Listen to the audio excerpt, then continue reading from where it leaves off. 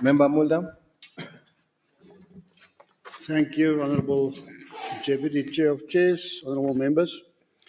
Gauteng as economic hub South Africa and the nation's gateway to Africa find itself in a dilemma of catastrophic proportions. The once promising province is now faced with harsh realities of infrastructure decay and failed service delivery, especially in local government. With potholes virtually on all the roads, traffic lights malfunctioning, and infrastructure in general crumbling, the question remains: who is responsible to fix this crisis, and where did it go wrong? The acknowledgement by the Honourable Premier and a number of MECs that all is not well in province is already a step in the right direction. In his answer to a question asked by the Freedom Front Plus on the 11th of March 2025, the Honourable Premier acknowledged that Gauteng's infrastructure is collapsing and that it is indeed detrimental to the economic growth in the province.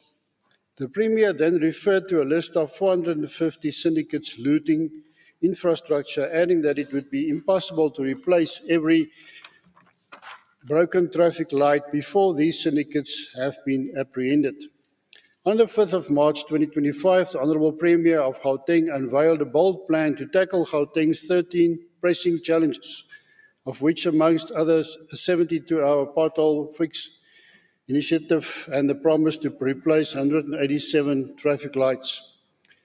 Honourable Deputy Chair of Chairs, I am confident that every citizen and visitor to Gauteng would welcome these bold steps, but, Honourable Members, the 13 pressing challenges that the Honourable Premier referred to are nothing other than the legacy of those who were in power and are still in power in the province and in municipalities.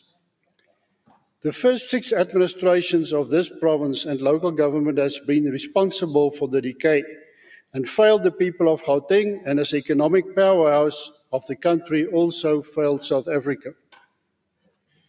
I served in this House during the 3rd term and the 4th administration and experienced the gradual neglect and maladministration that led to where we are today.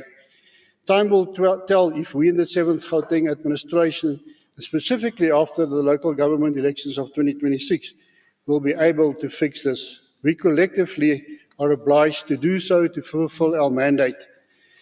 It is, however, unlikely that the same government and the same dispensation that caused the decay would be able to fix and rebuild and maintain. We need a new dispensation, and the Freedom Front Plus firmly believes that we are already on a journey to that new dispensation. Thank you, Honourable Deputy Chair of Chairs.